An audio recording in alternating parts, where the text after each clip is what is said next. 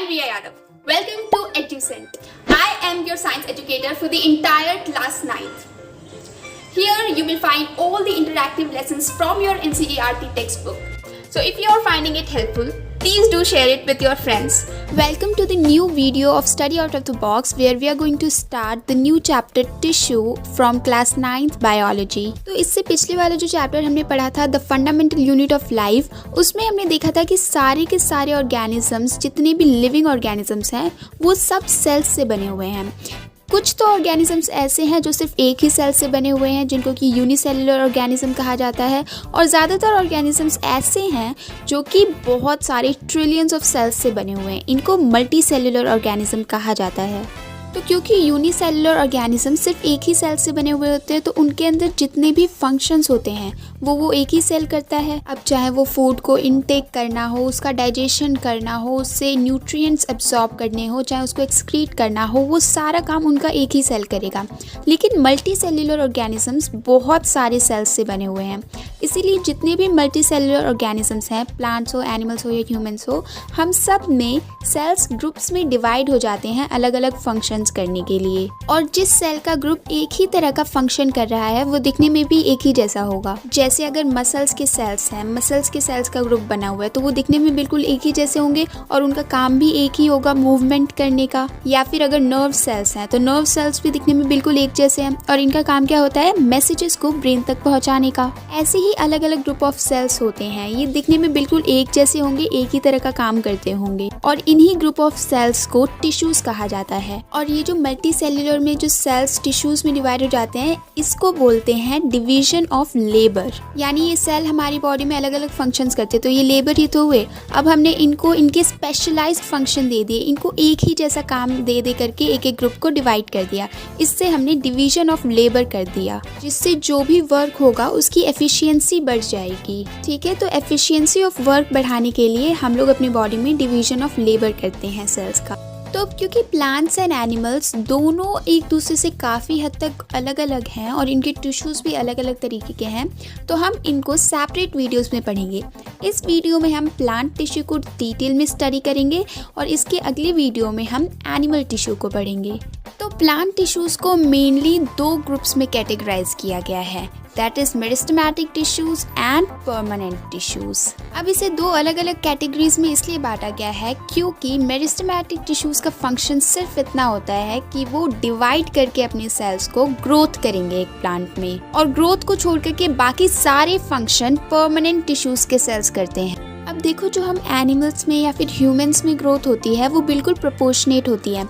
यानी कि अगर हमारी बॉडी ग्रो कर रही है तो उसी प्रोपोर्शन में हमारे हैंड्स एंड लेग्स भी ग्रो करेंगे। ऐसा तो है नहीं कि हमारी बॉडी बहुत बड़ी हो जाएगी और हैंड्स उतने ही रहेंगे। लेकिन प्लांट्स में ऐसा नहीं होता। प्लांट्स में क्या होता है, कई बार कुछ टहनियाँ बहुत छोटी रह जाती है, कुछ टहनियाँ बहुत बड़ी हो जाती हैं, कई बार पेड़ जो है बहुत ज़्यादा लंबा हो जाता है लेकिन उसकी विड्थ नहीं बढ़ती, कई बार विड्थ बहुत ज़्यादा हो जाती है और वो बहुत ज़्यादा लेंथी नहीं हो पाता उस हिसाब से। अब ये डिफरेंस इसलिए क्रिएट होता है क्योंकि प्लांट्स में ग्रोथ के लिए स्पेसिफिकली अलग टाइप के टिश्यूज होते हैं, लेकिन एनिमल्स में तो ऐसा नहीं होता है। एनिमल्स में तो हर सेल डिवाइड करता है, लेकिन प्लांट्स में सिर्फ मेरिस्टेमेटिक टिश्यूज डिवाइड करते हैं, परमानेंट टिश्यूज डिवाइड नहीं करते। और मेरिस्टेमेटिक टिश्यूज भी अलग अलग टाइप के होते हैं, 3 टाइप के होते हैं, एपिकल, इंटरकैलरी एंड लेटरल। ये जो एपिकल और इंटरकैलरी टिश्यूज हैं, ये प्लांट की लेंथ को बढ़ाने में हेल्प करते हैं, इसीलिए इनको प्राइमरी टिश्यूज कहा जाता है। लेकिन ये जो लेटरल टिश्यू है, जिसको कि कैम्बियम भी बोलते हैं, ये प्लांट की गर्थ यानी उसकी थिकनेस को बढ़ाने में हेल्प करता है, इसीलिए इसको सेकेंडरी टिश्यू कहा जाता है। देखिए, एपिकल के नाम से ही समझ आ रहा होगा कि एपेक्स यानी कि ये स्टेम और रूट्स के टिप्स पर पाया जाता है ये टिश्यू, जहाँ पर ये मल्टीप्लाई करके लेंथ बढ़ाने में हेल्प करता है। दूसरा जो लेंथ बढ़ाने में हेल्प करता है यानी कि इंटरकैलरी टिश्यू, ये टिश्यू किसी भी प्लांट में 2 नॉड्स के बीच में पाया जाता है।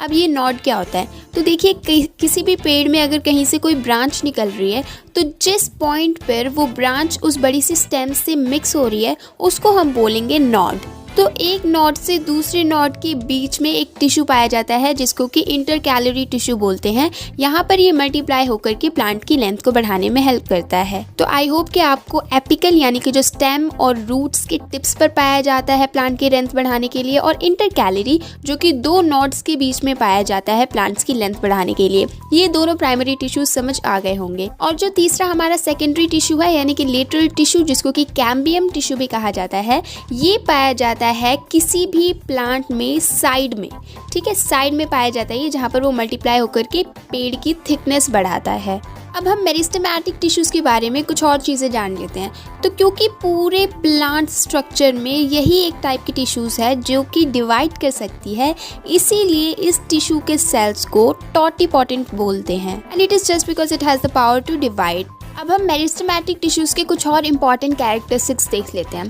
तो सबसे पहले इनके शेप पे आते हैं। शेप या तो इनका ओवल शेप में हो सकता है, या फिर ये राउंड हो सकते हैं, पॉलीगन शेप में भी हो सकते हैं, या फिर रेक्टेंगुलर शेप में भी पाए जाते हैं ये। दूसरा, मेरिस्टेमेटिक टिश्यूज़ में जो इनके सेल्स होते हैं उनके बीच में थोड़ा सा भी गैप नहीं होता, यानी कि इंटरसेल्युलर स्पेस तो बिल्कुल एब्सेंट होता है इनमें।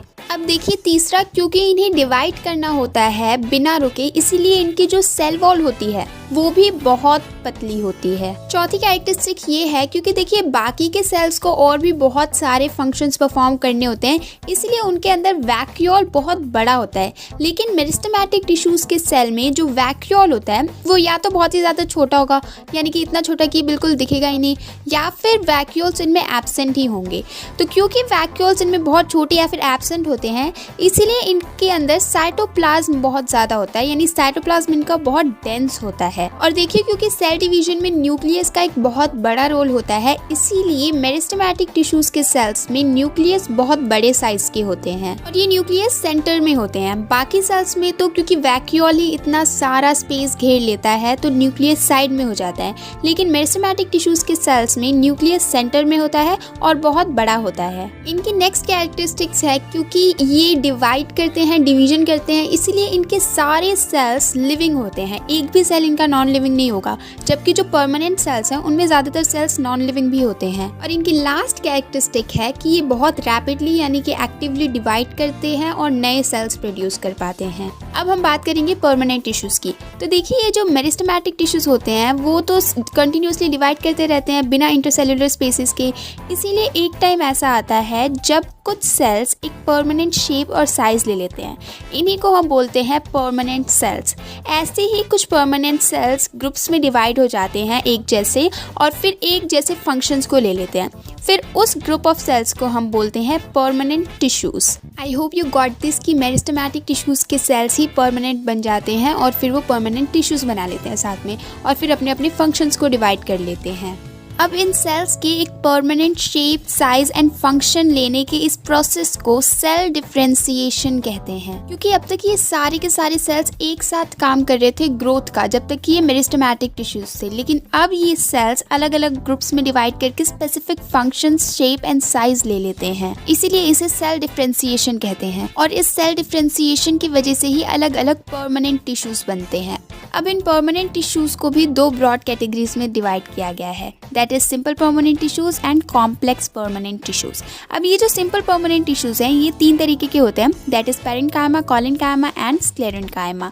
इसमें से हर टिश्यू के जो सेल्स होंगे वो एक दूसरे से मिलते जुलते होंगे। जैसे जो पैरेन्काइमा के सेल्स होंगे वो सारे एक दूसरे से मिलते जुलते होंगे, कोलेनकाइमा के सेल्स एक दूसरे से मिलते जुलते होंगे, और स्क्लेरेन्काइमा के भी ऐसे ही। लेकिन ये जो कॉम्प्लेक्स टिश्यूज़ हैं इनके सेल्स एक दूसरे से आइडेंटिकल नहीं होंगे ज़्यादातर। जैसे कॉम्प्लेक्स टिश्यू के एग्जांपल्स है जाइलम एंड फ्लोएम। तो जाइलम के जो सेल्स होंगे वो ज़्यादातर सेल्स एक दूसरे से मिलते जुलते नहीं होंगे और अलग अलग तरीके के होंगे, और फ्लोएम के भी सेल्स अलग अलग तरीके के होंगे। अभी फ़िलहाल हम सिंपल परमानेंट टिश्यूज़ को पढ़ते हैं।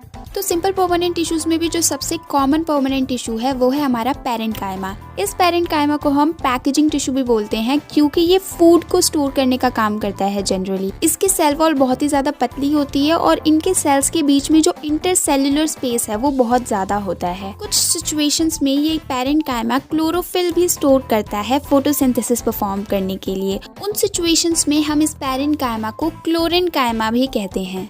और ये जो पानी में तैरने वाले प्लांट्स होते हैं, यानी कि ये जो एक्वेटिक प्लांट्स होते हैं, वो इतनी आसानी से तभी फ्लोट कर पाते हैं क्योंकि उनके जो पेरेन्काइमा टिश्यूज होते हैं उनमें बहुत ज़्यादा एयर कैविटीज़ होती हैं, जिसकी वजह से वो आराम से पानी में फ्लोट कर पाते हैं। तो ऐसे स्पेशल टाइप के पेरेन्काइमा को हम एरेन्काइमा कहते हैं। अब बात करते हैं नेक्स्ट सिंपल परमानेंट टिश्यू की, विच इज कॉलेनकाइमा। तो ये कॉलेनकाइमा प्लांट्स को बहुत ही ज़्यादा फ्लेक्सिबिलिटी प्रोवाइड करता है। इसी की वजह से अगर हम किसी लीफ के स्टॉक को तोड़ने की कोशिश करें तो बहुत ज़्यादा बेंड होने के बाद भी वो टूटेगा नहीं। और क्योंकि ये टिश्यू सीधा एपिडर्मिस के बाद आता है, इसीलिए ये प्लांट्स को स्ट्रक्चरल और मैकेनिकल सपोर्ट भी देता है। ये एपिडर्मिस हमारी सबसे आउटर मोस्ट लेयर होती है, जिसके बारे में हम आगे और पढ़ेंगे। लेकिन अब हम बात कर लेते हैं कॉलेनकाइमा के सेल्स की। तो इसके जो सेल्स होते हैं वो सारे लिविंग होते हैं और इनकी जो सेल वॉल होती है वो वैसे तो थिन होती है, लेकिन कॉर्नर्स पे आकर के वो थिक हो जाती है, मोटी हो जाती है, इसीलिए ये कुछ ऐसे दिखते हैं। साथ ही कॉलेनकाइमा टिश्यू के सेल्स के बीच का जो इंटरसेल्युलर स्पेस होता है, यानी कि इनके सेल्स के बीच में स्पेस बहुत ही ज्यादा कम होता है। अब हम बात करते हैं अपने लास्ट सिंपल परमानेंट टिश्यू की, विच इज स्क्लेरेन्काइमा। तो मैं सबसे पहले बता दूं कि इस स्क्लेरेन्काइमा के जितने भी सेल्स होते हैं वो सारे डेड होते हैं और इसी टिश्यू की वजह से एक प्लांट हार्ड और स्टिफ बन पाता है। इसका सबसे अच्छा एग्जांपल है जो नारियल की आउटर कवरिंग होती है ना, वो देखी होगी आपने, वो सारे सेल्स उसके स्क्लेरेन्काइमा होते हैं। इस टिश्यूज के सेल्स दिखने में कुछ ऐसे होते हैं, यानी कि लॉन्ग और नैरो शेप के होते हैं। और इसके जो सेल वॉल्स होते हैं वो बहुत ही ज़्यादा मोटे होते हैं क्योंकि इनके सेल वॉल्स पे एक तरीके का केमिकल सब्सटेंस डिपॉजिट होता है, विच इज़ लिग्निन। ये लिग्निन बिल्कुल एक सीमेंट के जैसे काम करता है और प्लांट्स को और हार्ड बना देता है प्लांट्स के सेल को। कई बार इसके सेल वॉल्स इतने ज़्यादा मोटे हो जाते हैं कि अंदर ही स्पेस नहीं बचती। स्क्लेरेन्काइमा के सेल वॉल्स पर कुछ छोटे छोटे से छेद होते हैं जिसको कि पिट्स बोलते हैं। ये स्क्लेरेन्काइमा के सेल्स अपने स्ट्रक्चर के हिसाब से दो तरीके के होते हैं। एक तो ये लॉन्ग नैरो वाले, इनको बोलते हैं फाइबर, और दूसरे ये फ्लैट वाले, इनको बोलते हैं स्क्लेरीड्स। ये वाला टिश्यू स्टेम्स में, वेन्स में या फिर ये जो नट्स की कवरिंग होती है ना, उसमें पाया जाता है और ये प्लांट्स को स्ट्रेंथ भी प्रोवाइड करता है। तो अगर हम किसी स्टेम के एक छोटे से सेक्शन को काट करके देखेंगे थोड़ा सा माइक्रोस्कोप से, तो हमें सबसे पहले उसकी कुछ आउटर लेयर्स दिखाई देंगी। उनमें से सबसे बाहर जो आउटर लेयर होगी, सबसे आउटर मोस्ट लेयर होगी, उसको बोलते हैं एपिडर्मिस। फिर उसके नीचे आता है हमारा कॉलेनकाइमा एंड देन पेरेन्काइमा। तो कॉलेनकाइमा और पेरेन्काइमा को तो हम पहले ही सिंपल परमानेंट टिश्यूज में पढ़ चुके हैं। अब हम देखते हैं कि ये एपिडर्मिस क्या होता है। तो एज ए सेट कि ये एपिडर्मिस सेल्स से ही बनी हुई एक सिंगल लेयर होती है जो कि पूरे प्लांट के सरफेस को कवर करती है, जिसकी वजह से प्लांट के हर पार्ट को प्रोटेक्शन मिलती है। कई सिचुएशंस में ये वाटर लॉस से भी बचाती है एक प्लांट को। इसके सेल्स बहुत ही ज्यादा फ्लैट होते हैं और उनके बीच में बिल्कुल भी इंटरसेल्युलर स्पेस नहीं होता। और अगर हम किसी लीफ के एपिडर्मिस को ध्यान से देखें तो उसके ऊपर हमें बहुत छोटे छोटे पोर्स दिखाई देंगे। उन्हीं पोर्स को कहते हैं स्टोमेटा और ये पोर्स सराउंडेड होते हैं दो किडनी शेप्ड सेल्स से, जिनको कि गार्ड सेल्स कहा जाता है। और मोस्ट प्रोबेबली कि आपको इस स्टोमेटा का फंक्शन पता होगा कि ये प्लांट्स पे गैसेस को एक्सचेंज करने में हेल्प करता है। इसके अलावा ये ट्रांसपिरेशन में भी मदद करता है, यानी कि अगर वाटर वेपर प्लांट के अंदर ज़्यादा हो गई है तो ये स्टोमेटा के पास आकर के कलेक्ट हो जाएगी, जिसकी वजह से गार्ड सेल्स ओपन हो जाएंगे और फिर वो वाटर वेपर बाहर एटमॉस्फेयर में चला जाएगा। यानी ये प्लांट्स की बॉडी से वाटर को वाटर वेपर के रूप में बाहर भी ले जा सकती है। अब ये जो हमारा पूरा एपिडर्मिस है ना, इसके सारे सेल्स कवर होते हैं एक पतली सी वाटर रेजिस्टेंट लेयर से। इसका नाम है क्यूटिकल और ये बना होता है क्यूटिन से, जो कि एक वैक्सी सा सब्सटेंस होता है। अब देखो, अगर हम किसी यंग प्लांट की बात करें जिसका स्टेम ग्रीन है, तो वहाँ पर तो पूरी बॉडी को एपिडर्मिस ने कवर किया हुआ है, लेकिन जो प्लांट्स ओल्ड हो जाते हैं उनको कॉर्क कवर कर लेता है। यानी वहाँ पर मल्टी लेयर्ड कॉर्क सेल्स आ जाते हैं एपिडर्मल टिश्यूज को रिप्लेस करके। और यहाँ पर गैसेस को एक्सचेंज करने के लिए स्टोमेटा तो नहीं होता, लेकिन कई बार होल्स हो जाते हैं पूरी सेल्स की लेयर में गैसेस एक्सचेंज करने के लिए। उन होल्स को कहते हैं लेंटी सेल्स। और ये जो कॉर्क के सेल्स हैं ये बहुत ही ज़्यादा एक्सट्रीमली मोटे भी होते हैं, क्योंकि धीरे धीरे इनके सेल वॉल पर एक तरीके का केमिकल सब्सटेंस डिपॉजिट हो जाता है, जिसको कि सुबेरिन बोलते हैं। अब इसके कुछ फंक्शंस देख लेते हैं। तो सबसे पहला फंक्शन तो इसका ये है कि ये प्लांट्स को प्रोटेक्शन प्रोवाइड करता है। ये एक तरीके का प्रोटेक्टिव टिश्यू है। इसकी वजह से जो प्लांट्स के इनर पार्ट्स है वो ड्राई भी नहीं होते, क्योंकि ये वाटर लॉस नहीं होने देता प्लांट से। इसके अलावा ये एक प्लांट की बॉडी को इन्फेक्शन और मैकेनिकल इंजरी से भी बचाता है। तो अब हम बात करेंगे हमारे कॉम्प्लेक्स परमानेंट टिश्यूज़ की, जो कि हैं जाइलम एंड फ्लोएम। तो एज ए सेट कि ये दोनों टिश्यूज़ एक ही जैसे सेल्स कैरी नहीं करते, इन दोनों टिश्यूज़ के अंदर अलग अलग तरीके के सेल्स होंगे। तो सबसे पहले देखते हैं जाइलम को। जाइलम के अंदर 4 तरीके के सेल्स होते हैं, which is tracheids, vessels, xylem sclerenchyma and xylem parenchyma. इसमें से tracheids, vessels and xylem sclerenchyma ये तीनों के तीनों डेड सेल्स कंटेन करते हैं। सिर्फ जो जाइलम पैरेन्काइमा है वो ही लिविंग सेल्स कंटेन करता है। अब पहले हम देख लेते हैं कि ये कॉम्प्लेक्स परमानेंट टिश्यूज प्लांट में कहाँ होते हैं। तो अगर हम दोबारा से स्टेम का वो छोटा सा सेक्शन देखेंगे तो हमें दिखेगा कि बाहर की कुछ लेयर्स हैं जो हम पहले ही पढ़ चुके हैं, और उसके अंदर ही कुछ ट्रायंगुलर शेप में कुछ टिश्यूज हैं जो कि 2 तरीके की हैं। एक जाइलम है इनमें से और एक फ्लोएम है। इनमें से अभी फिलहाल हमें फोकस करना है जाइलम पे। तो मैंने बताया कि जाइलम के जो 3 तरीके के सेल्स होते हैं, ट्रेशीट्स, वेसल्स एंड जाइलम स्क्लेरेन्काइमा, ये तीनों के तीनों डेड सेल्स कंटेन करते हैं। और ये जितने भी डेड सेल्स कंटेन करने वाले पोर्शन होते हैं उनमें छोटे छोटे से छेद होते हैं जिनको कि पिट्स बोलते हैं। बाकी ये जो जाइलम पैरेन्काइमा है ये नॉर्मल लिविंग सेल्स के जैसे एक्ट करता है और इनमें कोई छेद वेद नहीं होते। अब जाइलम सेल्स की कुछ कैरेक्टरिस्टिक्स देख लेते हैं। तो इसके सेल वॉल बहुत ज़्यादा मोटी होती है क्योंकि ज़्यादातर सेल्स डेड होते हैं इनके, और ट्यूबुलर स्ट्रक्चर होता है इनका, यानी कि ट्यूब के जैसे होते हैं। ये फ्लैट नहीं होते क्योंकि इन्हें वाटर को नीचे से ऊपर लेके जाना होता है, क्योंकि जाइलम का काम होता है वाटर एंड मिनरल्स को रूट से एब्सॉर्ब करके पूरी बॉडी तक पहुंचाना। तो रूट्स तो नीचे ही होती हैं, यानी कि इन्हें नीचे से ऊपर वाटर को लेके जाना होता है, इसीलिए वर्टिकली ये मूव करते हैं, फ्लैट में नहीं होते कभी भी। और ये जो जाइलम पैरेन्काइमा है इसका मेन काम होता है फूड को स्टोर करना, लेकिन ये साइड बाय साइड वाटर को भी कंडक्ट करता है। और जाइलम स्क्लेरेन्काइमा, जिसको कि हम फाइबर भी बोल सकते हैं, इसके सेल्स मेनली प्लांट को सपोर्ट करते हैं बस। ठीक है, तो यहाँ पर हमारा जाइलम टॉपिक खत्म होता है। अब हम बात करेंगे फ्लोएम की। तो फ्लोएम में भी 4 तरीके के सेल्स होते हैं, sieve tubes, companion cells, phloem parenchyma and phloem sclerenchyma, जिसको कि फ्लोएम फाइबर्स भी कह सकते हैं। और यहाँ पर फ्लोएम स्क्लेरेन्काइमा को छोड़ करके बाकी सारे फ्लोएम के सेल्स लिविंग होते हैं। पहले फ्लोएम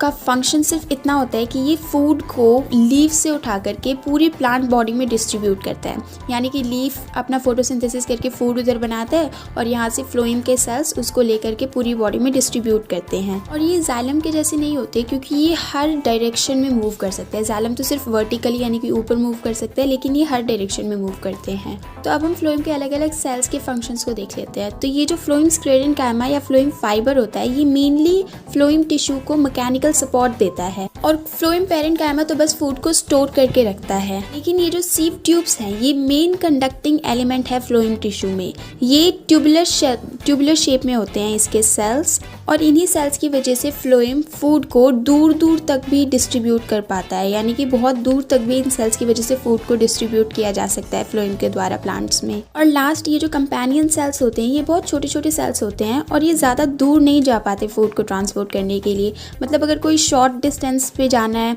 तो फिर वहाँ पर ये कंपेनियन सेल्स की वजह से फूड को ट्रांसपोर्ट कर सकता है। तो ये था हमारा पूरा प्लांट टिश्यू। अब नेक्स्ट वीडियो में हम कवर करेंगे एनिमल टिश्यू को और उसके साथ ये चैप्टर खत्म हो जाएगा।